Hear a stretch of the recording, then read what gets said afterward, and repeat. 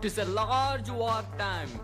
வானம் பொழிகிறது, பூமி விளைகிறது, உனக்கேன் கொடுக்க வேண்டும் கிஸ்தி.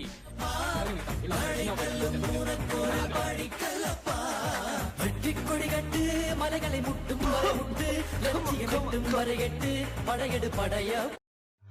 ஸோ டீப்ரீஃபிங் அப்படின்னா என்ன அப்படின்னா, இன்ஃபார்ம்டு கன்சென்ட் வந்து ஒரு ரிசர்ச் ஸ்டார்ட் பண்ணுறதுக்கு முன்னாடி அதோட பர்பஸ் எல்லாம் சொல்லியிருப்போம் கரெக்டாக.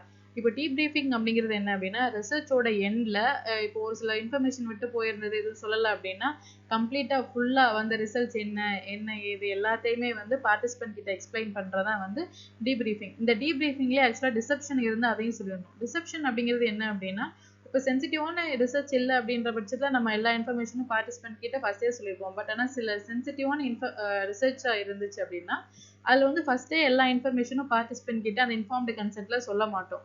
ஸோ அப்படி அங்கே மறைச்சது எல்லாத்தையுமே வந்து இந்த டீப்ரீஃபிங் ஸ்டேஜில் வந்து நம்ம சொல்லிடணும். இல்லை டிசப்ஷன்லேயே 2 டைப்ஸ் இருக்கும்.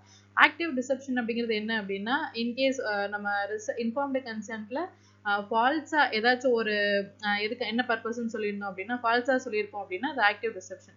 அதே இது சொல்ல வேண்டியதை சொல்லாமல் மறைச்சிட்டோம் அப்படின்னா அது வந்து பாசிவ் டிசப்ஷன். ஸோ இந்த டிசப்ஷனையும் நம்ம டீப்ரீஃபிங் ஸ்டேஜில் வந்து கிளியர் பண்ணிடணும் பார்ட்டிசிபென்ட்ஸோட.